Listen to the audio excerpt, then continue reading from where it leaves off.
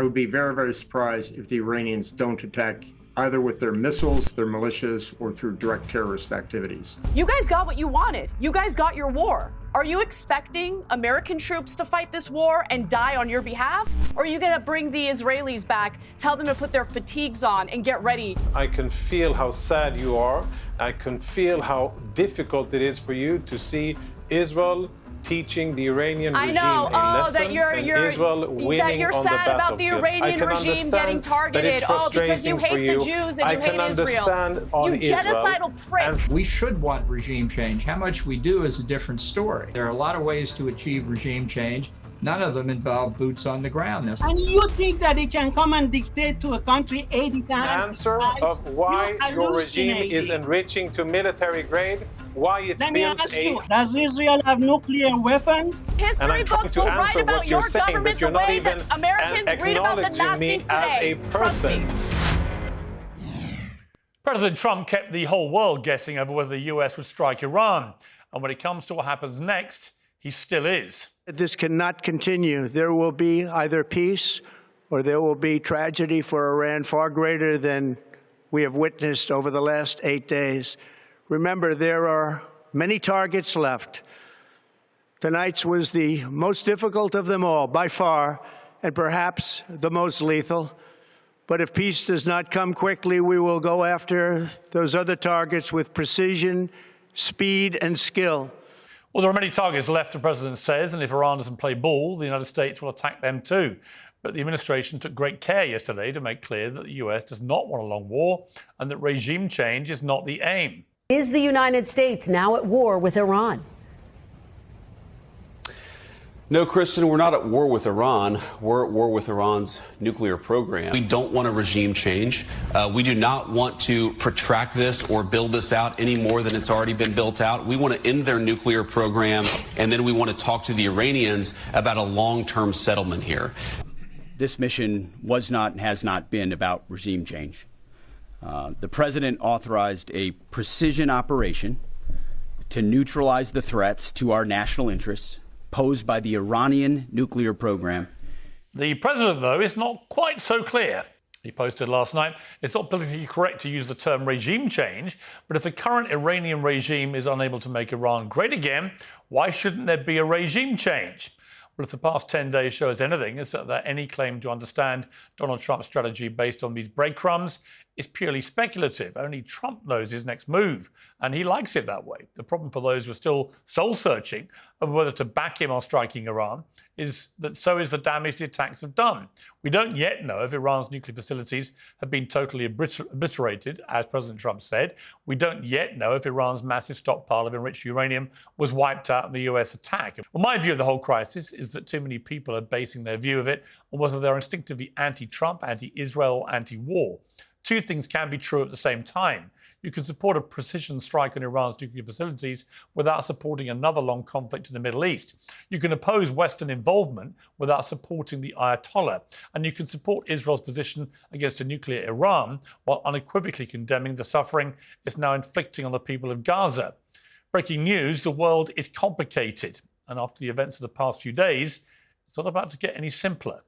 I'd like to welcome my panel now, Ana Kasparian, executive producer and host of the Young Turks, Jonathan Conricus, retired lieutenant colonel and IDF spokesman, Dinesh D'Souza, host of the Dinesh D'Souza podcast, and retired Brigadier General Mark Kimmitt, Assistant Secretary of State under George W. Bush. Well, General Kimmitt, let me start with you.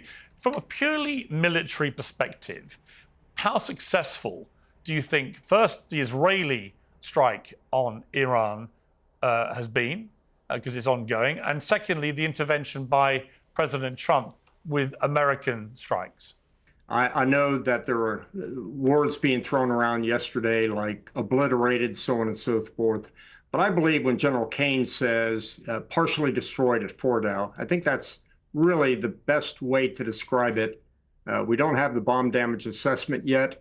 I think we need to wait for a technical assessment rather than a rhetorical assessment. So let's give it time. But I believe that General Kane is right when he says partially destroyed. There may be some reattacks when the bomb damage assessment comes back and says, this is how much we've taken out. And to take it out to your standards, to the military standards, we need to reattack this method. So I think the next time we're going to see planes in the air is either for a reattack or to respond to an Iranian attack on American forces, embassies, or bases in the region. And how likely is it, do you think, that Iran will respond by directly attacking American servicemen and women? Oh, we've seen this before. When Qasem Soleimani was targeted, they sent 12 ballistic missiles into al-Assad base. There were a significant number of casualties. Thank God there were no deaths. But it's a prideful nation. It's part of the axis of resistance. It needs to demonstrate that it will resist. So certainly our force protection elements are in place, but I don't know. I would be very, very surprised if the Iranians don't attack either with their missiles, their militias, or through direct terrorist activities. Ana Kasparian, your view of, well, the combined attacks, Israel and United States? Well, I think Israel has been pushing for regime change in Iran. The claims that Iran was close to developing a nuclear weapon was false. Not only were they over a year away, according to Netanyahu himself, in being able to develop a nuclear weapon, they didn't even have a mechanism in order to deliver said nuclear weapon. This has been all about engaging in a regime change war. That's what this is. Anyone who's pretending like this is about nuclear weapons is lying to you. Again, the United States is forced to fight another war on behalf of Israel. And I just want to ask Conricus a question real quick, because I'm seeing a lot of videos of Israelis leaving Israel to go home to the United States or to Greece or to other European countries.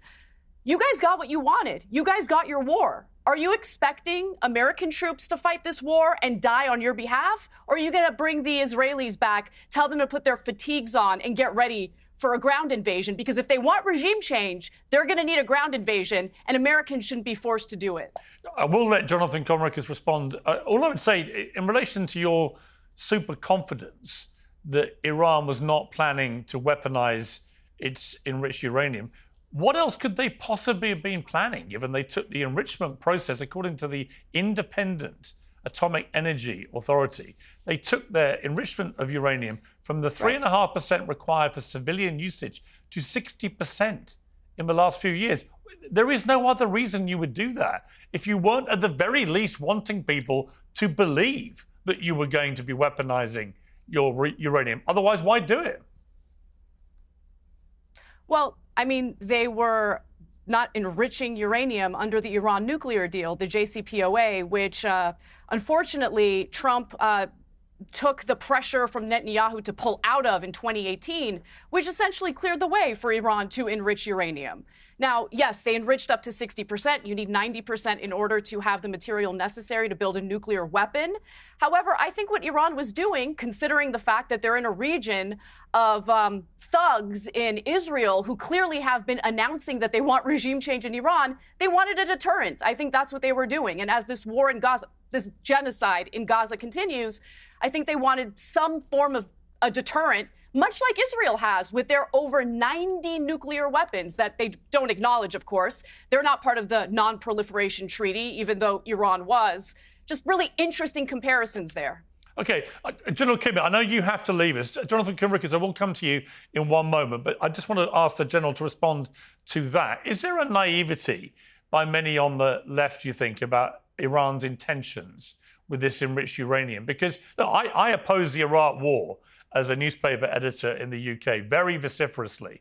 It cost me my job in the end, actually. But I think I was vindicated over time by subsequent events. But here I just looked at that Independent Atomic Energy report and I thought, what else could they possibly be doing? If you enrich your uranium at that level and you have enough to build potentially 10 atomic bombs, I don't know what else Iran wanted the world to think it was doing. Enough about 9 to 5. What about the most important bit, the 5 to 9? It should be the most comfortable part of your day, and today's sponsor can help. Cozy Earth's bamboo sheets are temperature regulating and designed to wick away both heat and moisture so you can sleep several degrees cooler. They're soft, breathable, and guaranteed to give you a more comfortable night's sleep. They also have high-quality breathable clothes for all-day luxury. You can try it all risk-free with Cozy Earth's 100-night sleep trial and a 10-year warranty. If you don't love their products, you can return them hassle-free, but trust me, you won't want to. Luxury shouldn't be out of reach. Go to CozyEarth.com and use code PIERS, P-I-E-R-S, for up to 40% off. Cozy Earth's best-selling, temperature-regulating sheets, clothes, and more. You will feel the difference on the very first night. That's CozyEarth.com, promo code PIERS. Stay cool. Listen, I think we need to recognize that for the past 30 years, Prime Minister Netanyahu has been warning the world about the Iranian nuclear threat. What is different about today? Listen, the excuses and the rationale that was used are the same ones that could have been used 20 years ago. Fact remains, October 7th changed everything. The axis of resistance and the ring of fire was a deterrent to Israel ever since it was established. Hundreds of thousands of weapons, hundreds of thousands of missiles and warheads were aimed at Israel and could, as was said at Thermopylae, could blot out the sky and overwhelm any kind of air defense system that the Israelis had put up. Since October 7th, the Israelis have methodically taken away and torn away and destroyed most of that capability. Deterrence was off. This is a once-in-a-lifetime generation for the Israelis to attack, and every Israeli pilot for the past 30 years has wanted to be the first one in the cockpit to end that nuclear program. The fact that the Ring of Fire was destroyed and it was now a manageable threat from Iran, no longer deterrence. This is a once-in-a-generation opportunity, and Netanyahu took that opportunity. Final question before I let you go. But it wasn't Israeli pilots. It was American pilots. Let's be clear about that. American pilots did this incredibly risky mission. Luckily, none of them got hurt. But this is going to start a full-blown war with Iran, a war that the United States should not be fighting on behalf of any foreign country, including Israel. Okay. It's unacceptable. All right. Unacceptable. We don't actually. How many years do American taxpayers and our on. members of our military need to be slaves to the Israeli government? I need someone to answer that question. Okay, listen, I know General a Kimmitt, genocidal regime. Hang on, General Kimmitt does have to go. I just want to ask you before you go, just one last question. Would you, as a military commander, have been comfortable about what the IDF has been doing at the behest of the Israeli government in the last 3 months in Gaza? Well, I'd rather answer the question directly of Kasparian. Look, as somebody who's worn a uniform for 30 years, Kasparian. The conditions that had been set by the Israeli Defense and the Israeli Air Forces and Mossad meant that this was not only the most lethal attack since Hiroshima, but it was also the safest attack. The fact remains, the IAF had wiped out the air defenses. Mossad had put a lot of pressure. This was the safest operation, not to include the Great Deception Plan, where President Trump used Winston Churchill's axiom that the truth is so important, it must be a bodyguard of lies. And I would tell you right now, there's not an American pilot that was worried about this attack and had anything but pride for this attack. Okay, and just finally, the answer to my question? If it was about Gaza, again, I think that I certainly don't commend the killing of innocents and civilians. But you know that when the enemy wraps itself around civilian targets, civilian facilities. You support genocide. That facility is now no longer, it is now a military target. I don't necessarily see at this point that it's genocide for the simple reason that the Gazans and Hamas have an opportunity to end that, and that's to return the hostages and end this carnage. In previous actual genocides, that's a lie, and you know it. You know it. They're shooting and killing civilians at humanitarian aid hubs dozens of them on a daily basis. Literal children are getting shot in the face. Piers. It is a good time. It's a genocide. Piers, it's a genocide. Piers, you are right. It is a good time for me to leave. Okay. I thought we were going to have a discussion, See you later. not propaganda. Okay. Thank you. General Kimmitt, I appreciate you joining us. Thank you very much. We're going to be joined on the panel by Kaveh Afrasiabi, a former advisor to Iran's nuclear negotiating team, who was arrested in the US for alleged spying before being pardoned by Joe Biden. But before we speak to him, I want to talk to Jonathan Conricus. A lot has been said in the last few minutes. What's your response?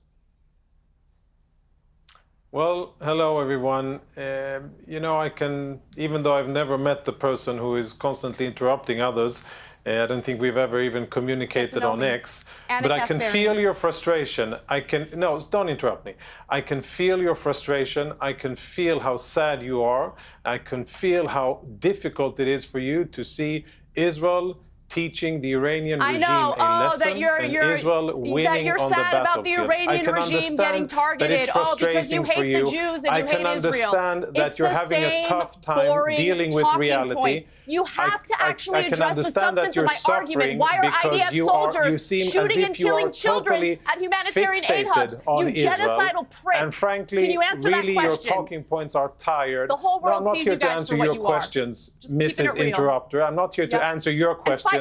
Last time I checked, this wasn't your channel. This wasn't your channel, and you've done nothing but interrupt and talk nonsense. Taking from the You've American only been talking nonsense so far, and I've been sitting here and listening quite politely to your nonsense, and you keep on screaming over me as if you're right. Individually talking. Don't talk over each other. There's no point. I can't stand these people and their disgusting lies. But excuse me, I was talking, and then you started interrupting, and you're screaming.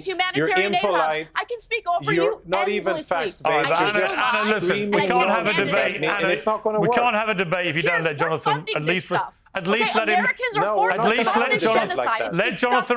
Let Jonathan say what he wants to say. Then you can respond. Listen, Piers, this isn't going to work. Clearly, you can see that she's here to instigate. Let him talk, please. She's here to instigate. She is here to instigate. She constantly interrupts. That is not a way to have a meaningful discussion.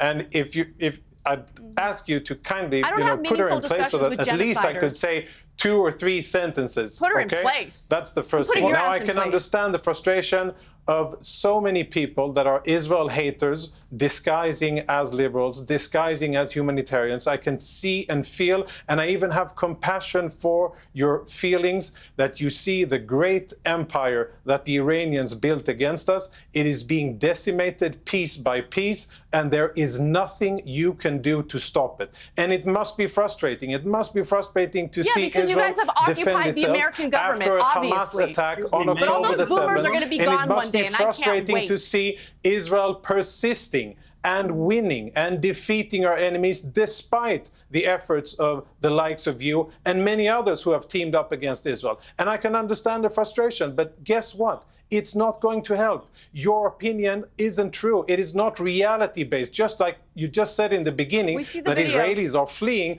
On the contrary, Israelis are lining up, and there's actually a national airlift to get home. There's an Israeli national airlift to get Israelis home from all over the world, from Greece and from Cyprus, so that they can come home to be with their families as Israel is being attacked. Go back to Israel. Put your uniforms on. All right, I'm going to go. I'm going to bring in Dinesh here, and I would appreciate if everyone just let each other talk. Otherwise, the viewers can't hear a damn thing.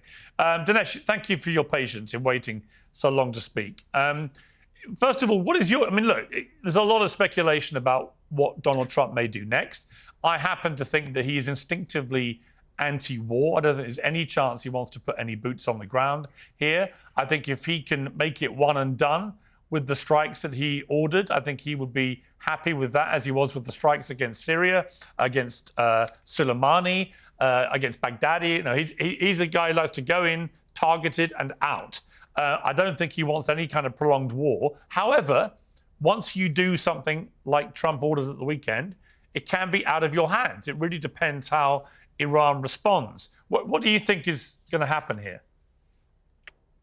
I think that we are learning that Trump represents a repudiation of the Bush tradition, but he doesn't represent a repudiation of the Reagan tradition. Trump is quite willing to use force, but he uses it discriminately, he uses it quickly and decisively. And Trump's own rhetoric very much supports this.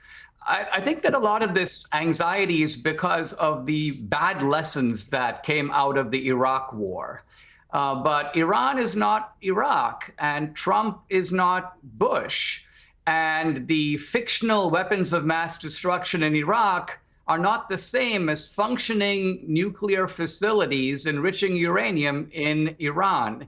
So I think that it's important to look at this situation for what it is.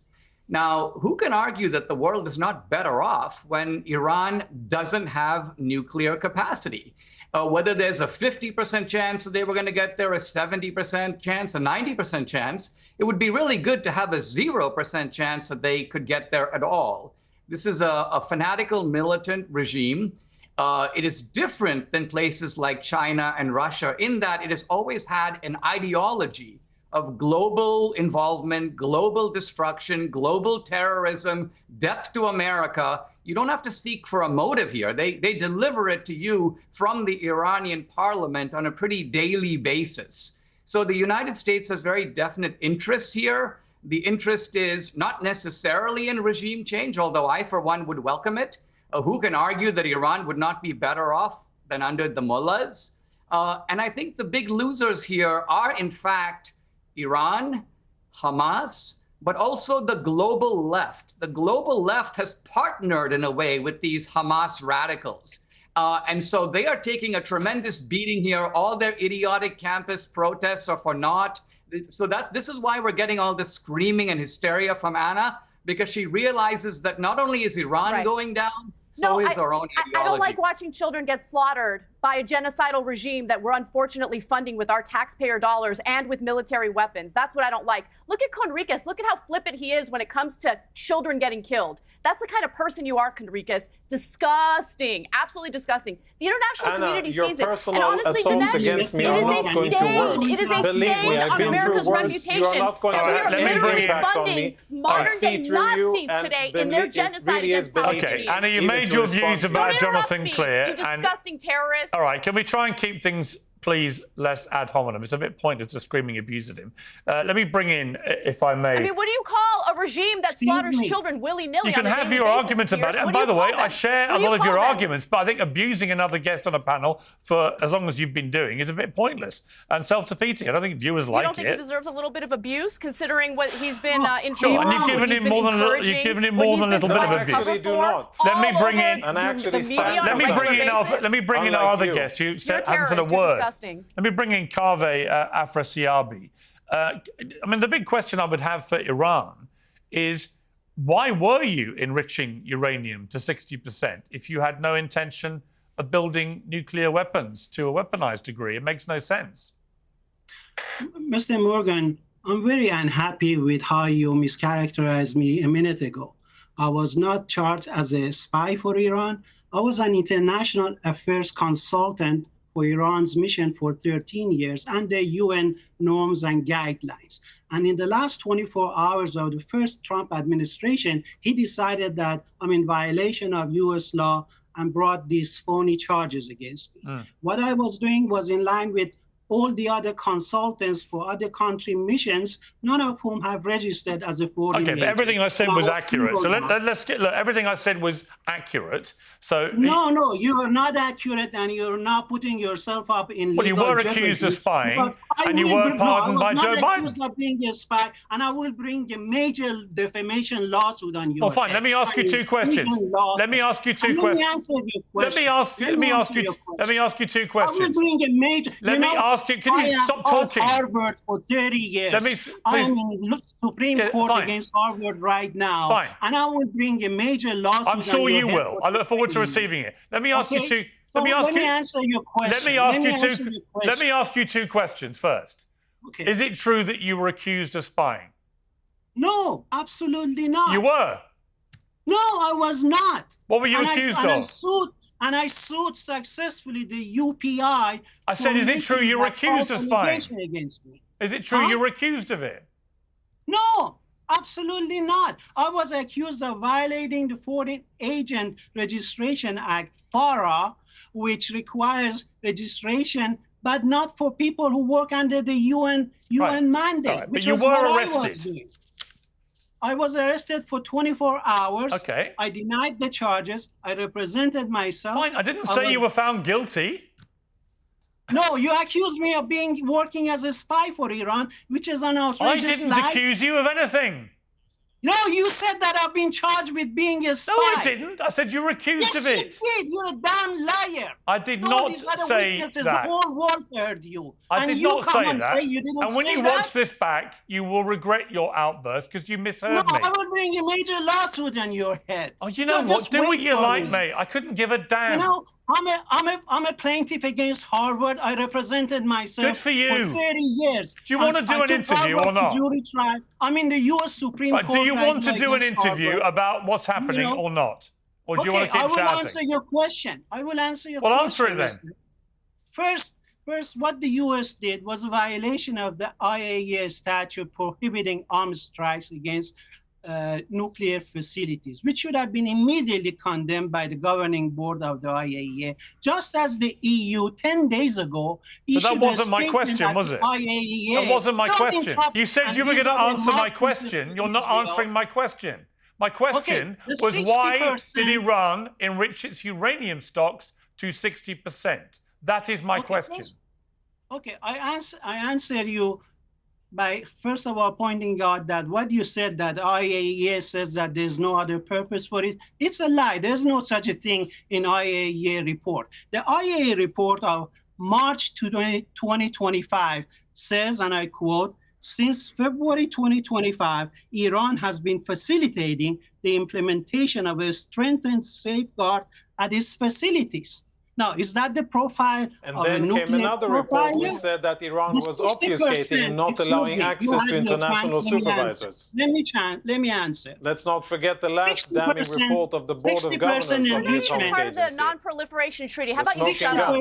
Okay, go ahead. 60% enrichment has medical uses. Are you running the show, Mrs. Angry Screaming Lady? This does not represent a violation of the IAEA safeguards. All the facilities that were bombed were under international safeguards. And it should have been condemned immediately because it's also a violation of the UN Charter, because Iran has not threatened the US. US engaged in a unilateral act of militarism against Iran. Your supreme leader has literally... Are we going to get to an answer of why the Iranian regime was enriching to military-grade uranium? Are we going to hear why, Mr. Negotiator? And again, I hold you in high respect because I think you and the people like you, I think you have done a tremendous outstanding job. A tremendous outstanding job.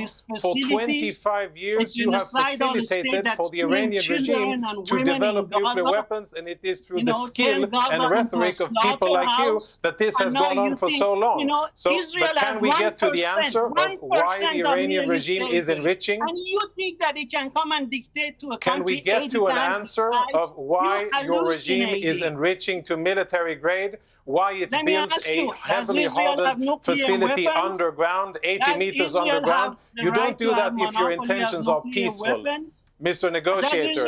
You don't do it if your intentions are peaceful. You have nothing to hide and you have no reason to build facilities. You are such a hypocrite. You think that Israel is exceptional, is a chosen people. The last report of the Atomic Agency Board of Governors stated clearly, Iran is in violation. Iran is not allowing international inspectors to come and see, and Iran has enough fissile material for 10 nuclear bombs. That was the smoking gun that eventually caused President Trump to understand the severity of the situation. Yes, and that was what tipped the scales. You know, you just... That was what tipped the scales, and despite the efforts... Look, people can't... If you all talk over each other, nobody can hear a word anybody says. Let me ask you, Mr. Afrasiabi, let me ask you this. Do you deny, for the record, that Iran has sponsored terrorism through Hamas, the Houthis, and Hezbollah, going back several decades? I've been very critical of Iran's support for Hamas. I wrote an article right after October 17, USA Today, denouncing Hamas's ISIS-type attack on innocent civilians. I've been very critical of Iran's obsession with Israel in various books, including Trump and Iran right behind me, which has been highly praised in Foreign Affairs, as well as many other articles. I have called on Iran to stop its Israel phobia, because it's not in the national interest of Iran to be so obsessed with Israel, which incidentally, in 1984, I've written a book on an Israeli operative, Amiram Nir, who was singularly responsible for shipping out missiles to Iran defending against Saddam Hussein. Iran should be thankful to Israel for the support that was given to it to safeguard it against Saddam. You've now said something, if you don't mind me being, you've now said something genuinely interesting and surprising and constructive to the debate, right? Which is, you've acknowledged that Iran should not have been sponsoring terrorism with groups that are wedded to eradicating Israel off the face of the earth. And that's been the problem. Absolutely not. But that has been... Iran should have never said Israel should be wiped off the map, because it's contrary to Iran's national interest. The mullahs have done a lot of things wrong, and I'm on record, Well, that's good to hear you say it. Huh? It's good to hear you say that. No, but I cooperated selectively with Iran for the sake of a nuclear agreement, which was a win-win and a non-proliferation net plus. And President Trump made a terrible mistake, and Netanyahu's pressure to withdraw to set the stage for the problem is, look, I've got to jump in because we're running out of time, but the problem is that the last report made it clear that the Iranian regime has been obfuscating and lying and hiding stuff and stopping them from doing their job. So you have a significantly enriched uranium program going on, going up nearer and nearer to weapons grade, and they're not allowing the inspectors to do their job. You put the two and two things together and you get 4 if you add 2 and 2 together. Let me ask Dinesh. You are wrong. Let me ask Dinesh. Hang on. Okay. Dinesh, you wanted to say something quickly. I wanted to make a point about the issue of who is responsible for what. Now, when regimes start wars, they are responsible for the fate of their own children. I mean, if I come and do a home invasion on you, right, and threaten your children, and you strike back, and then I go grab my own kids and stick them in front of me and say, don't shoot, because I'm holding my own kids. The truth of it is I am putting my kids in jeopardy, not you. You have every right to retaliate against Dinesh, me, and you better use that standard when Israeli civilians get killed. I am the one you better who use is the putting same those civilians standard, in Dinesh. danger. You better use the same standard, but you won't. You won't use the same standard. Let me finish. I want to hold you. I want to hold the panel here for 2 minutes. I want to just have a quick conversation with Ambassador John Bolton, the National Security Advisor to Donald Trump during his first term. Mr. Bolton, thank you for joining me. I realise you only have a few minutes here. Well, just Mr. Bolton, if you could just tell me, what is your assessment of where we are right now? You have the Israeli strikes now, the America strikes. Many people fearing that Iran's going to react in a spectacular fashion by way of retaliation. Others think their capability to do that has been severely diminished. People fearing there may have to be a ground invasion and so on. Where do you think we really are here? Well, I think we've made a good first start in destroying the Iranian nuclear weapons program and its ballistic missile program. I wish the U.S. and Israel had gone in together much earlier, but we are where we are. The president finally made the right decision. Now's the time to finish the job. And finishing the job to me means overthrowing the Ayatollahs. There's not going to be peace and security in the Middle East while this regime is in power. President, I don't think is there yet, although he's beginning to signal maybe he is. Doesn't require boots on the ground. There are lots of ways to get to regime change. The population is extraordinarily dissatisfied with the Ayatollahs, and I think you could see fragmentation at the top. That kind of instability is what you need to bring the regime down. But isn't the lesson we've learned from Iraq and Afghanistan is wherever we've tried to effect regime changes, it tends not to work. And then, in fact, the most effective way is to allow the people of a country, as we saw with Syria last December, actually doing the regime change themselves. Isn't that I think actually that's what Donald Trump was indicating in his tweet, I think that he was indicating a regime change coming from within, from the dissatisfied people of Iran, as you rightly put it. Not that there should be American interference facilitating any kind of regime change. Well, there are two aspects to this. First is the removal of the existing authoritarian regime. And second is the creation of the substitute. I think we did the right thing in removing the Taliban and the right thing in removing Saddam Hussein. And in Syria, the Hayat Tahrir al-Sham group didn't prevail over Assad without extraordinary Turkish help. So that's how it goes. Now the question is, how do the people of the country affected establish their own regime? And it clearly is the case that they should be primarily responsible. I said back at the time of the overthrow of Saddam Hussein that the U.S. role should be to hold the ring around the outside, prevent the Iranians from interfering, and basically say to the people of Iraq, here's a copy of the Federalist Papers. This may be helpful to you. Why don't you form your own government? You don't enhance political maturation by making decisions for other people. You enhance political maturation by making them make decisions for themselves, including mistakes from which they learn. Donald Trump is making slightly ambiguous statements at the moment. Would you want him to be clearer about his intentions, or is this all part of him not letting the other side know what he really wants to do? Well, I don't think he knows what he really wants to do. I think he's just going around the circle now to see what he can come up with. But as others have observed, one very important change that I think he's making is yesterday the vice president said, we do not want regime change in Iran. That is absolutely wrong. We should want regime change. How much we do is a different story. And I think Trump obviously is not going to contemplate putting troops in. But I want to say again, there are a lot of ways to achieve regime change. None of them involve boots on the ground necessarily. This is a different context. You have a very educated population in Iraq. The young people, 60% are under 30. They know they could have a different life. They can see it across the Gulf in Dubai and Abu Dhabi and Doha. I think things would move in a very positive direction without particularly significant U.S. involvement. Ambassador Bolton, I appreciate you joining me. Thank you very much. I know you've got a busy day. Thank you. Thanks for having me. Ana Kasparian, I mean, here's my sort of issue, I guess, with a lot of people on the left in relation to this story, is that you end up sounding like you're siding. Hang on one second, please. Please allow me to talk to different members of the panel. Is it that on the left you end up sounding like you're, shilling for a vile regime?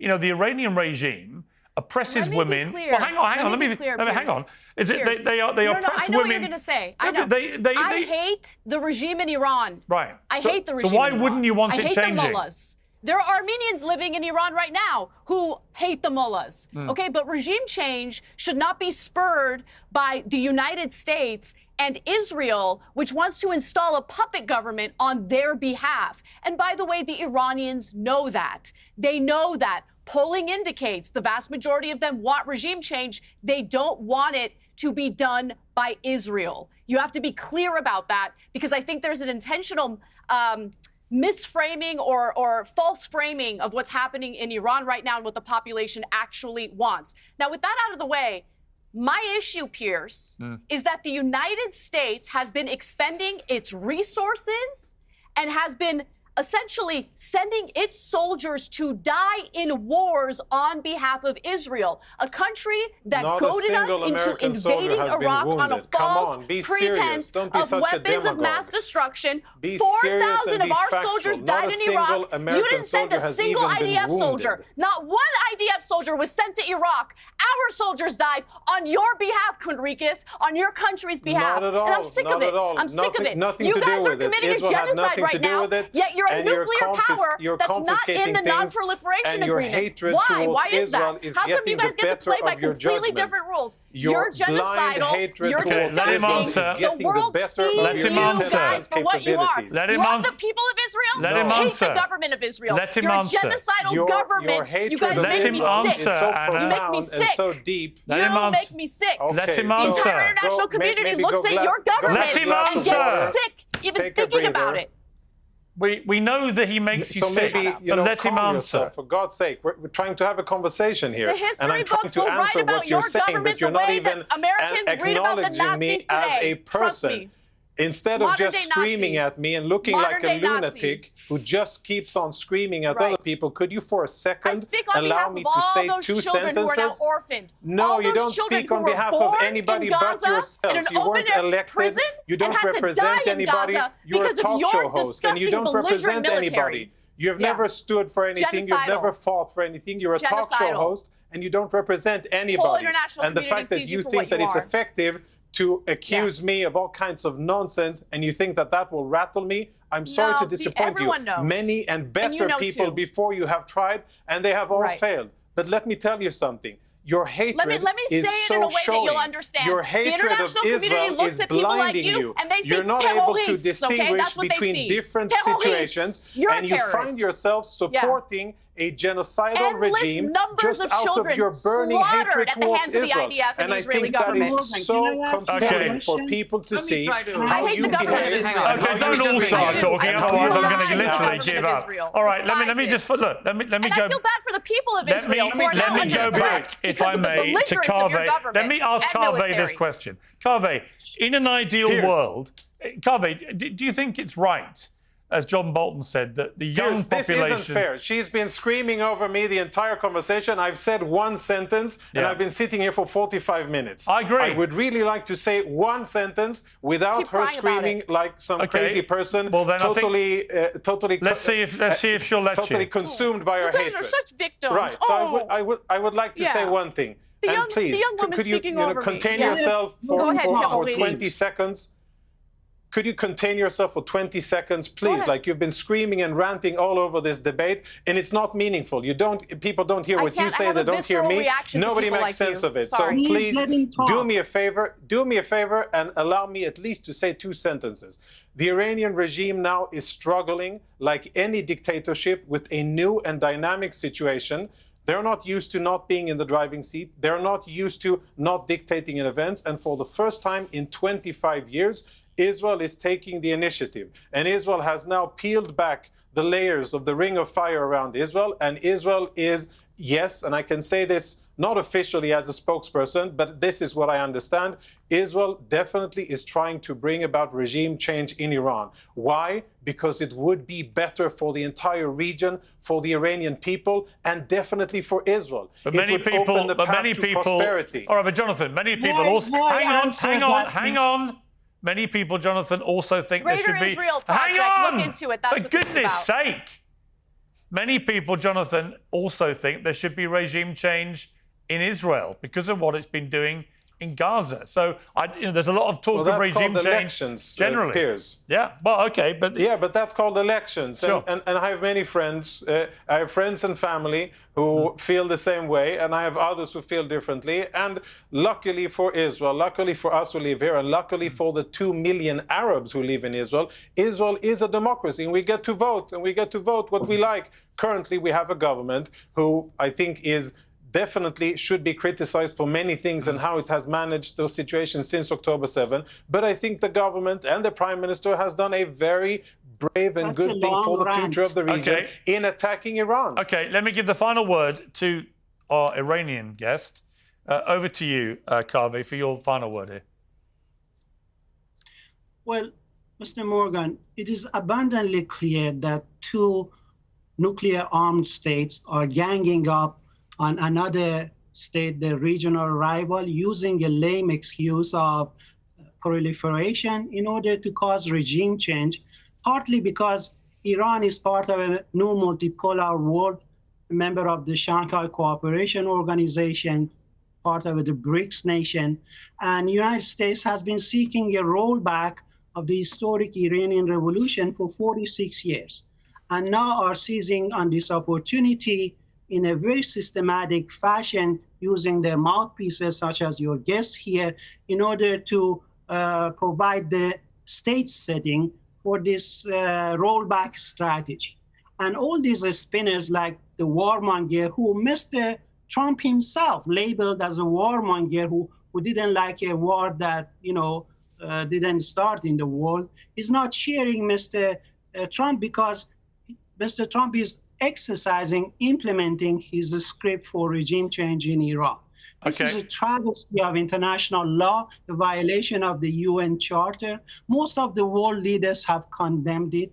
And Iran, by the way, has paralyzed Israeli. Actually, I don't think that's true. Israel's economy is paralyzed right now. I don't think it's true. I don't think it's true that most world leaders have condemned it at all. Financial hemorrhage, and hundreds of Iranian missiles have landed in Israel and have penetrated the paper dome, which you call Iron Dome. And you talk about regime change. Go look at the destructions in Tel Aviv that's making Tel Aviv into another Gaza. Let's talk again in 6 months and let's hear what you say then. Let's talk again in 6 months. I'm going to leave it there. Let's talk in 6 months. Israel, the tiny inconsequential Let's talk in 6 months and we'll see. I've got to end it there because honestly, I am completely and utterly. You are hallucinating. Okay. I tell you what, I'm hallucinating. I am hallucinating. Just the other day. I am hallucinating. Regime change. Okay. The only regime change will be the genocidal. Okay. That's the only regime change. I am hallucinating. I'm exhausted. I'm bringing it to an end. Thank you all very much. Well, joining me now is former Israeli Prime Minister and former IDF Chief of Staff, Ehud Barak, Israel's former Prime Minister, Defense Minister, and IDF Chief of Staff. Mr. Barak, thank you very much indeed for joining me again on Uncensored. We're going to talk about Gaza in a moment. But first of all, what was your reaction when you heard that Israel had initially launched an attack on Iran? Because that must have been something that you had contemplated yourself when you were Prime Minister. First of all, I was not surprised, of course, of in the air for a long time, but the results of the first day and first 8 days is extremely impressive. The far-sighted planning, the accurate preparation, the resolute execution, everything that was lack in October 7 was there, and it had a very good impact on the deterrence of Israel, on the respect to it among neighbors and in the world, even the self-confidence of the public in the capabilities of its own defense forces and of the leadership. So it's basically positive, as long as we assume, and I believe and hope, that the information provided is accurate, namely that there was a compelling need to do it, namely that there was a genuine intelligence material proving that Iranians trying or starting the rush toward weaponization of their military nuclear program.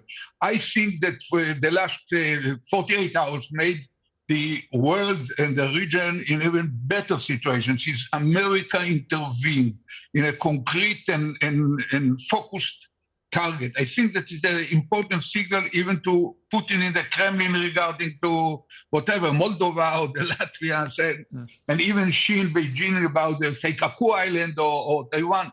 It's a good message that America cannot just talk hectically and in a non-consistent manner, but also order action. Yeah, and I think what you touched on there is very significant, that it really comes down, I guess, to whether people believe that Iran was planning to weaponize its enriched uranium, to which I've said to people, well, if it wasn't, then why would it need to take the enrichment of its uranium stocks from 3.5% to 60%? There's only one reason that you would need to do that, and that is if you're preparing to weaponize it, isn't it? Look, there is no doubt that Iran intends to reach nuclear military capability. They're trying to walk in the footsteps of North Korea, in a way, kind of Pakistan, not to repeat the mistakes of Gaddafi capitulating after Lockerbie, or the black South Africa capitulating their aspiration during the change of regime, and not risking a surgical attack like Israel's kind of launch on Saddam in 81, and later on, a generation later on Assad Jr. in 2007. So basically, they are trying to follow in the footsteps of North Korea, and they are doing it very systematically and bypassing and tweaking. But having said that, they were at 2018, when Trump went out of the JCPOA, under encouragement from Netanyahu, they were 18 months afar from a state, threshold nuclear state.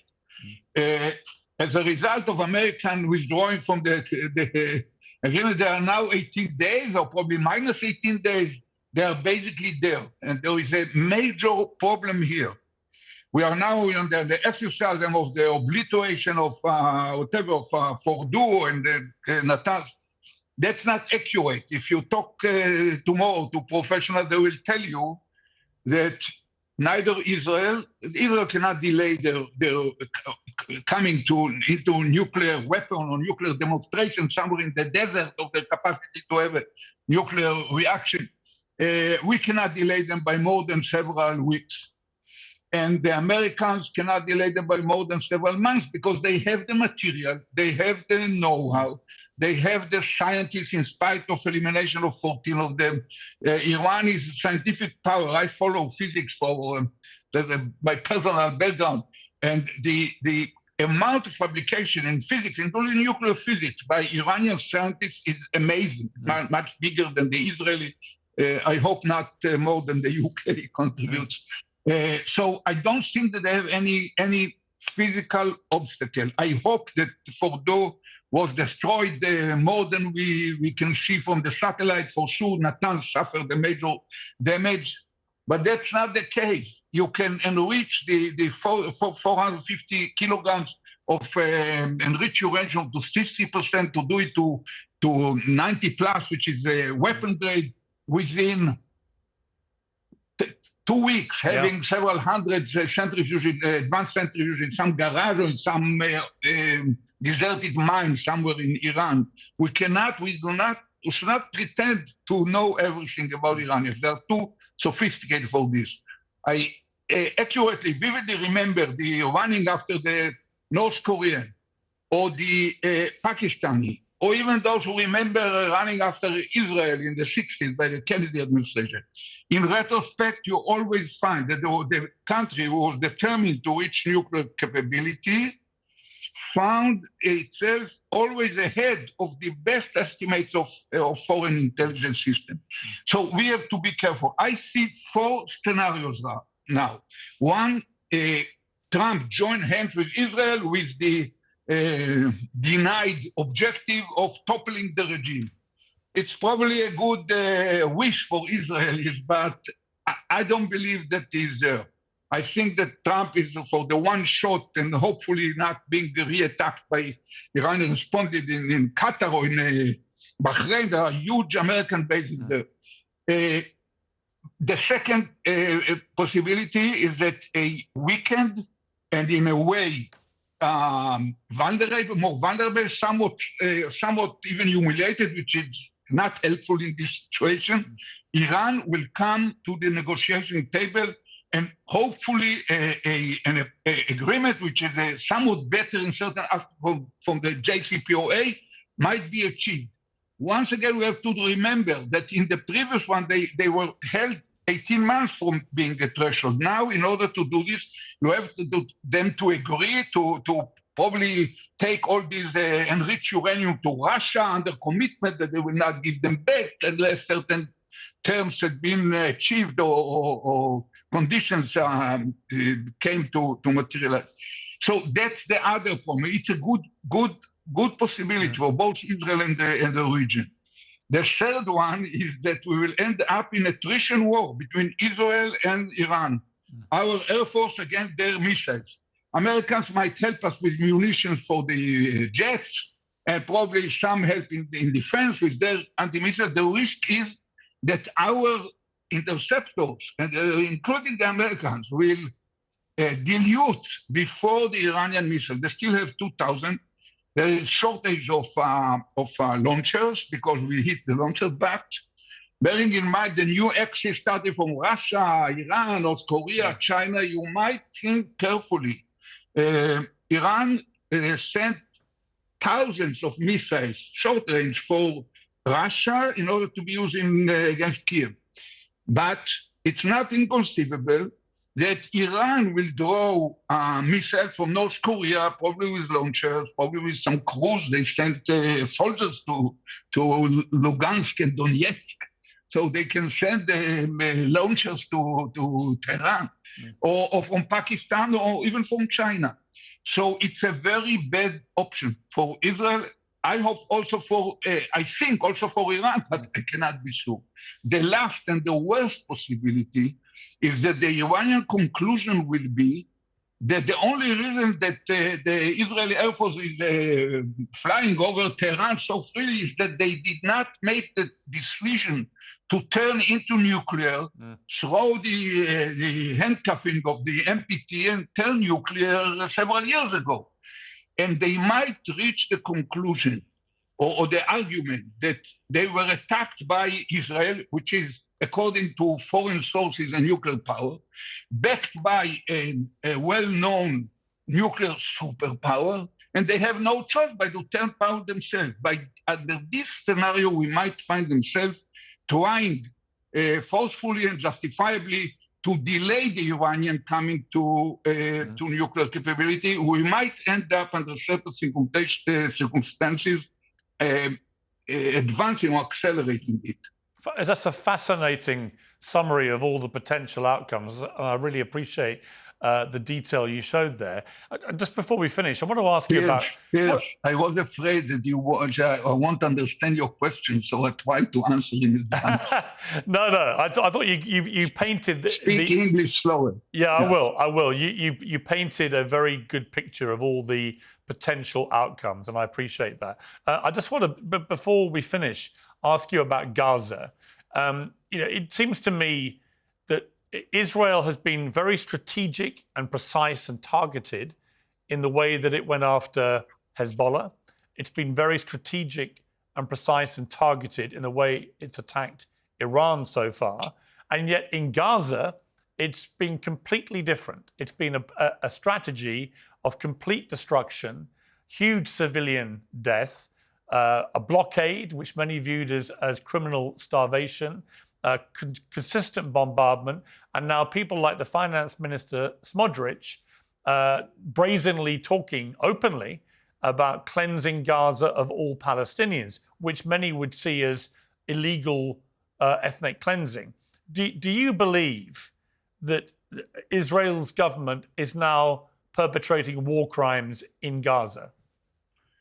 I hope and believe it doesn't perpetrate kind of crimes against whatever military war crimes and so on. I hope that's the case. Only a detailed investigation will find it. But I want to clarify the situation. October 7th created a compelling imperative for Israel to make sure that Hamas will never reign over the Gaza Strip and being capable of threatening Israel from there. The war is the result of it. But having said that, the real challenge was to understand, so how to do it. There is a compelling imperative how to implement it. And here it's somehow it turned more complicated because Netanyahu ignored the very four maxims that were the foundation for our security perspective from day one, from Ben-Gurion.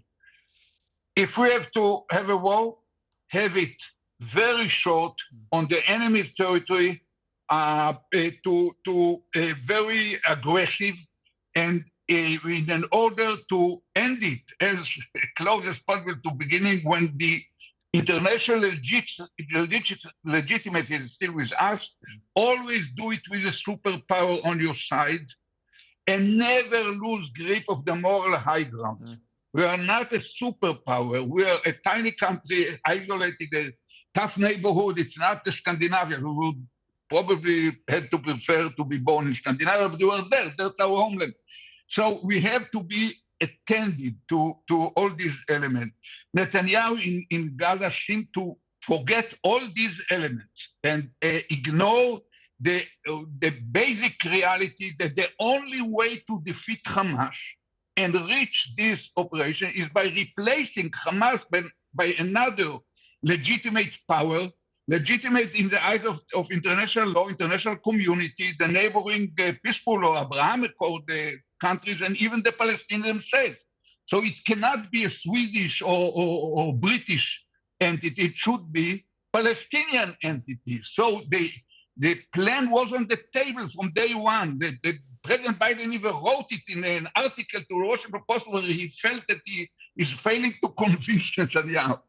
It means calling upon inter-Arab force to enter into Gaza backed by majority resolution of the Arab League, and if necessary, also UN Security Council resolution. Creating finance will come from UAE and Saudi Arabia. It needs a lot of money. A government of technocrats will be established. A bureaucracy of Palestinians being built. It needs some 50,000 people to run 2.2 million.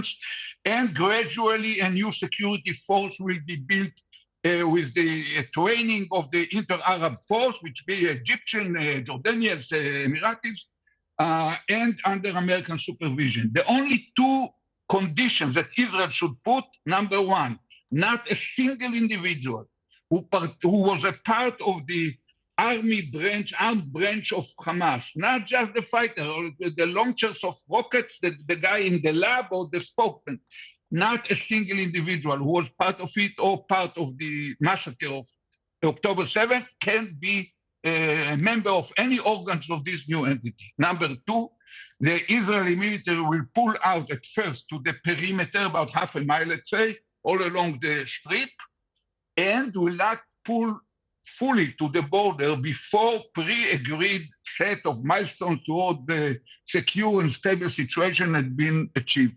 That was the plan. It was very easy a year and a half ago because it would appear as saving Gaza from terrible destruction. Right. It's much more sensitive right now because now it might appear as saving Israel from sinking in the mud in Gaza. So it's more complicated, but my observation is that Netanyahu now, based on the achievement in Iran, should immediately turn to Trump and say, let's activate this solution now. Immediately bring all the hostages, launch this resolution and activation, and let us join the Trump vision of a new Middle East normalization with Saudi Arabia, even participating in a trade corridor from India to the Gulf, to Israel, to Europe. And this is a great opportunity. A question which casts some shadow about the consideration of our government in regard to Iran is that, according to Netanyahu himself, he started to plan this operation immediately after the result with Hezbollah, as you mentioned, even with Syria indirectly. Situation made it an opportunity to act. But to think that our cabinet sat down in November and later on he said the date was in April and for some reason delayed to mid-June. All along all these months, it didn't came to their mind that before you open a new war, get Iran out of any other place, you don't end the war in Gaza, which is at your fingertips. It's crazy. That's very disturbing. It's crazy. I've got to leave it there, but I really appreciate it, Ehud Barak. Thank you very much indeed for joining me. Turning to Israel now, and Amichai Chikli is Minister for Diaspora Affairs and Combating Anti-Semitism in the Netanyahu government. He recently described my criticism of the suffering in Gaza as a troubling descent into overt anti-Semitism. Well, welcome to you, Minister. Where have I been anti-Semitic? Well, I think that during the beginning of the war, you were very clear on the right of Israel to defend itself after the assault of October 7th. But since then, by the way, you choose to bring people like Candace Owens, which is a Holocaust denier, on your show, to bring Dan Bilzerian. I think that giving the stage for conspiracy theorists, Holocaust deniers such as Owens, such as Evans, Bilzerian, these kind of people, to give them your platform, I think you have responsibility. And this is a wrong decision to give these people such a stage. And therefore, I think, I'm not saying that you're anti-Semitic necessarily. Well, you did it. You but did I say do that. think that these are wrong decisions. You did say that. No, I didn't say that. And I'm just curious where you think... I'm curious what's interesting is the allegations that I'm anti-Semitic only began when I decided to start being more strident in my criticism of what your government is doing in Gaza, which, by the way, is a view... Hang on. I'll finish my question, which is a criticism shared by many of Israel's allies, by at least 2 of your former prime ministers now. So I'm not alone in that criticism. Many people think what you've been doing in Gaza in the last few months constitutes war crimes. And we've seen from one of your colleagues, the Finance Minister Smotrich, that the big plan, as far as he's concerned, is not actually getting hostages back or defeating Hamas, but clearing all Palestinians out of Gaza. Now, I'm just curious why me criticising your government for things like that and for what people like Smotrich are saying constitutes anti-Semitism. No. So let me be very accurate. As I mentioned before, I never said that you are anti-Semitic. Yeah, you did. I did say you did. You implied it, and I was immediately bombarded on X and other social media platforms I can tell you, thousands of people calling me anti-Semitic and a Jew hater because you decided to fuel that sentiment. Well, you did. Look, whether you are or you're not, that's, that's. What do you mean whether I am? When have I ever been anti-Semitic? Look, I think... Why don't you tell me? When have I been anti-Semitic? As you know, I've had people on from both sides of this war for the entire time, many of whom have expressed very controversial views. And when they have, be it Candace Owens, Dan Bilzerian, people on the pro-Palestinian side, people on the pro-Israeli side, on the more extremist side, I've held them all to account. I've questioned every time I've heard something I don't like. What I want to know from you is, why do you think, as an Israeli minister, you can fuel people on social media viewing me as an anti-Semitic person or somebody who hates Jews? I'm really curious about that. Is it because I dare to criticise what the Israeli government is now doing in Gaza? I think there is no problem. There is no problem with criticizing the government of Israel. There is no problem with criticizing what's happening in Gaza. You can criticize whenever you want.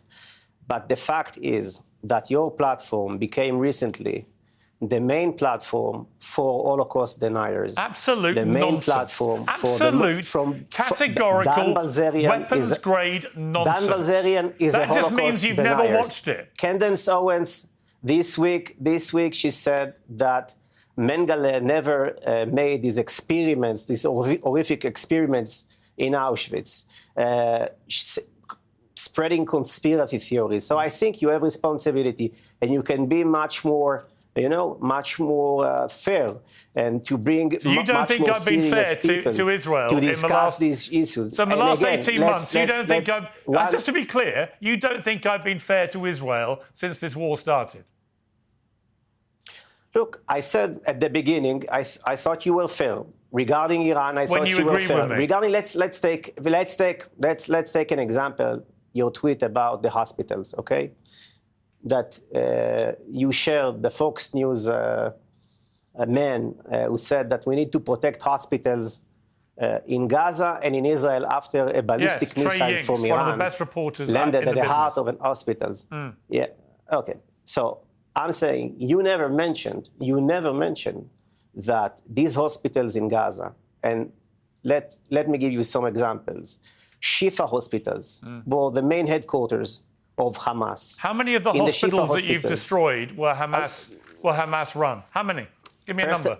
Give me a number. I'm giving you a few examples. No, don't give me a few. Shifa hospitals. Don't give me a few, because more than half of all the hospitals in Gaza have been destroyed. Many others are almost irreparably damaged. How many of those, in your estimation, as a government minister... In order that we can have a fair interview, you need to... How many of those were Hamas run? Give me a number.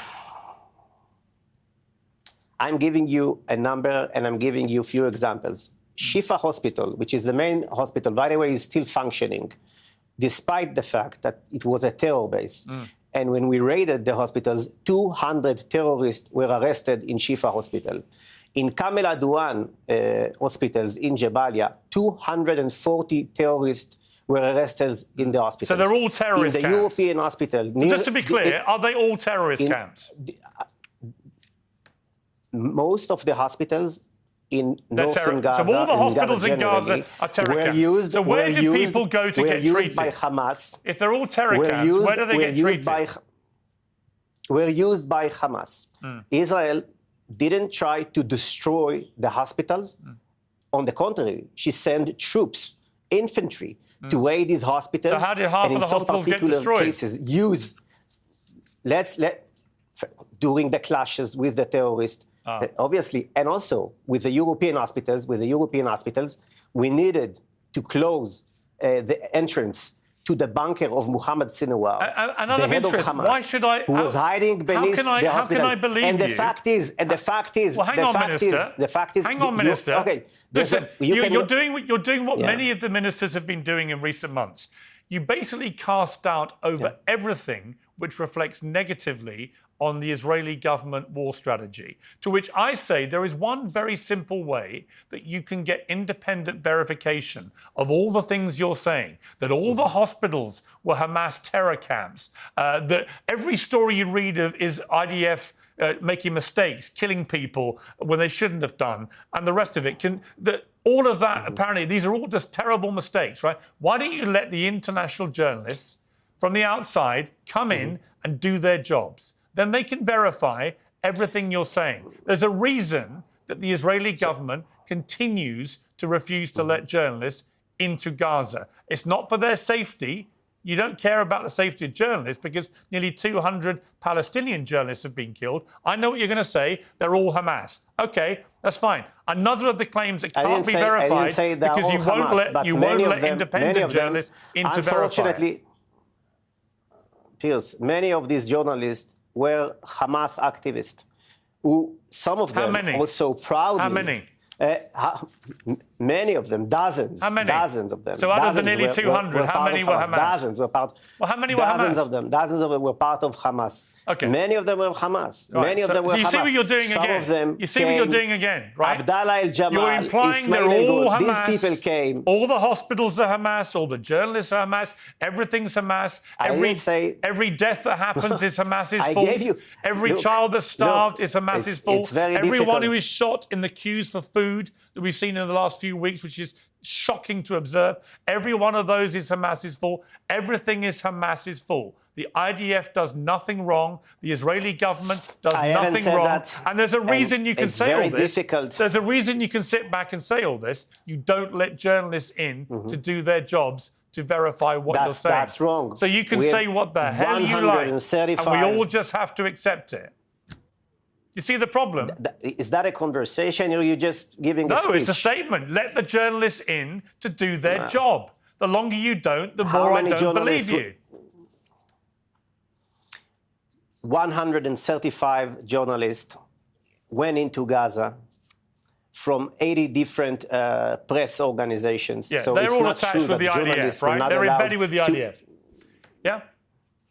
Obviously, they were embedded. You don't want them to go free and be You're worried about their safety. by bombardment. Okay. We are in charge of their safety. Let me just end by asking you one more time. Can you think of any anti-Semitic thing that I've ever said? I'm saying again. First and foremost, my question. I recall my tweet. Answer my question. If you want to pour, as you did, if you want to pour hatred onto my head for being anti-Semitic, you've got to prove it. It seems that you are very concerned from this tweet. I thought we were going to speak about Iran. I thought we were going to speak about I'm sure you did. general issues I'd rather than talk just about you. I'd rather talk about you calling me anti-Semitic. I said again, your choice to bring a stage with your millions of viewers to Holocaust deniers and conspiracy theorists such as Dan Bilzerian, Candace Owens, who I challenged for their views, to give them the as stage. I challenge people on the Israeli side when you bring they them, say outrageous you do not interrupt them. You treat them respectfully. Oh, what a load of crap! You treat them never watch my respectfully. show, do you? And you don't think I've ever interrupted people, pro-Palestinian like guests? Natasha Hausdorff, amazing Natasha Hausdorff. You are treating her as a bully. You're treating her as a bully. Really? Harassing her later on in parties. This is very embarrassing. Am I bullying you then? And am I bullying by the way, you now? Your decision. You think I harassed her at a party? Is that what you just said? Is that what you just said? you went and said she wouldn't talk to me. So, wow. I'm saying once again. Wow, that's quite a claim. You are blocking. You were there, were you? Were you there for that? Did you watch it? You said she wouldn't talk to you. Did you see what happened? You were mocking her on Twitter. I didn't harass anybody. Did you mock her on Twitter because she didn't talk to you? Yeah. And by the way, I've interrupted you as much as I've interrupted her. So am I bullying you, Minister? Look, I don't care about bullying. I'm a warrior. Am I bullying you? Look. Am I bullying you? It's yes very or no? hard to talk with you. Am I bullying you? You are. I think you are a bully. Oh, you're being bullied? At the moment. Oh, you poor thing. I hope you're okay. It's very hard to speak. You know it's what? It's very hard to speak. I'll let you go. Okay. I'm so sorry for your hurt feelings. I hope you're okay. It's amazing how easily bullied you all are. Excellent. When you're asked difficult questions, you all play the victim card. You all start saying, I'm bullying you. No, I'm not playing the victim. Yeah, funny enough, you didn't do that when I went after people that wouldn't condemn Hamas. You all cheered me on, didn't you? That wasn't bullying.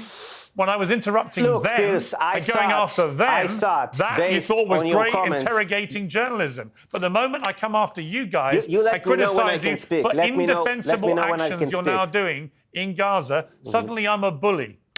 You see how pathetic that sounds? You finished? Yeah, you? I wasn't... It's very hard to speak.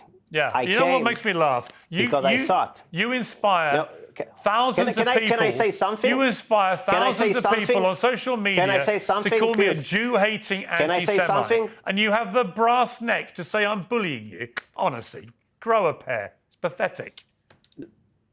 Have you listened to this interview? Have I? I've conducted it. Yeah, look, it's very hard to talk. Not really. You just have to justify why you called me anti-Semitic. You failed to do so because I've never been anti-Semitic. Look, I do take it personally, and I don't like it when people like you we just throw out running terms an like entire anti-Semitic. interview speaking about you and your self-esteem and your inability to take any, criticism. Any criticism. Oh, wow. Says the guy, and let's go back to my criticism. And let's go back to my tweet. Piers, let's go back. Piers, let's go back to my tweet. During this tweet, I said that at the beginning of the war, you were relatively fair, but then you became the main stage worldwide of Holocaust deniers who are spreading conspiracy theories against the Jewish people and the state of Israel. You've just made that up. I do watch. I had one person. I've had one guest. And when you brought people, and when you brought people who represent the state of Israel. Just to be clear. And when you brought people. No, I'm sorry. You said something. I'm going to counter you. Who represent the state of Israel. You don't let them speak, just like you don't letting me speak. Dan you didn't let Bilzerian Tzipi is the only You didn't let guest Natasha who has even House speak. attempted to cast doubt over the Holocaust, and I chewed him up like I've been doing to you. So it's complete and utter nonsense, what you've just said. Complete nonsense. And I will continue to go after people who say outrageous things which are not true, whether it's Bilzerian being a complete moron, or whether it's you inspiring people to view me as a Jew hater, because that is reprehensible. And just because I'm now more critical of your government, you should be looking at yourselves and wondering, why are people like me now more critical of you? You can use this interview to have a serious conversation regarding Iran, regarding Gaza. Yeah, we could do, but you know what? We were speaking about you. No, all this interview is about you and your self-esteem and the fact that you were insulted. Yeah. Because of criticism. When you call me anti-Semitic, I take it personally. Anyway, I'm going to leave it there. But you can go back to my tweet. I didn't say you're anti-Semitic. Yeah, thank you. We all read what you wrote. It's fine. Thank you very much for joining me. I appreciate it. Okay. Bye-bye. Good luck. Piers Morgan Uncensored is proudly independent. The only boss around here is me. If you enjoy our show, we ask for only one simple thing. Hit subscribe on YouTube and follow Piers Morgan Uncensored on Spotify and Apple Podcasts. And in return, we will continue our mission to inform, irritate and entertain. And we'll do it all for free. Independent, uncensored media has never been more critical, and we couldn't do it without you.